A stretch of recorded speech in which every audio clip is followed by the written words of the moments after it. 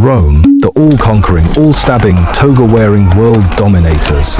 They had conquered Carthage, Greece, Egypt, and then they stubbed their imperial toe on a tiny place called Lusitania, and inside this insignificant, goat-infested hillscape lived a man named Viriathus. A man who would unite tribes, defeat generals, and invent guerrilla warfare, all while wearing zero armor and possibly smelling like goat poo. Around 150 BCE, Rome thought, hey, Iberia has gold, land, and people. Why don't we liberate it permanently? So they show up with their legions, their banners, and their totally civilized attitude, but the Lusitanians, fierce mountain tribes who really didn't care for taxes or being stabbed, weren't into it. They fought back. And Rome didn't like that. So Rome offered peace, and the Lusitanians, tired and hopeful, accepted. Come unarmed, said the Romans. Let's talk like friends. And then they killed them. All of them. Turns out, peace in Latin sometimes means mass execution. And somewhere among the few survivors was a young man. A man who saw this, survived it, and made a little mental note. That man was Viriathus. And Viriathus didn't start as a warrior. He was a shepherd, literally herding goats in the mountains. But after that peace talk fiasco, he decided Rome was now his problem. He started small. A few friends, a few spears, some rocks, a lot of angry yelling. Then came ambushes, hit and runs, disappearing into the hills. Rome was used to fighting armies on open fields, not ghosts in the mountains. Soon, Viriathus was more than a nuisance.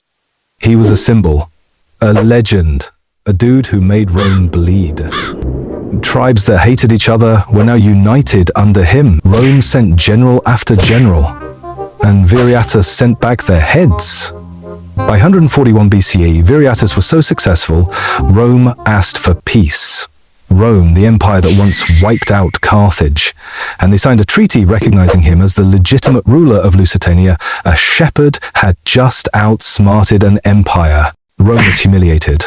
They just signed a treaty with a goat man, a man with no army, no gold, no empire, just hills, goats, and some very sharp sticks. And while the Lusitanians celebrated their freedom, Rome was busy doing what Rome does best when it loses, plotting revenge. See, Rome wasn't going to break the treaty publicly. That would look bad. Like, we can't even beat mountain hobos bad.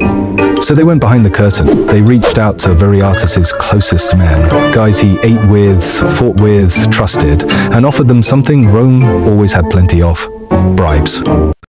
One night, while Viriathus was sleeping in his war tent, his friends walked in. They didn't challenge him, didn't face him in battle, didn't even shout a dramatic one-liner. They just stabbed him in cold blood while he slept.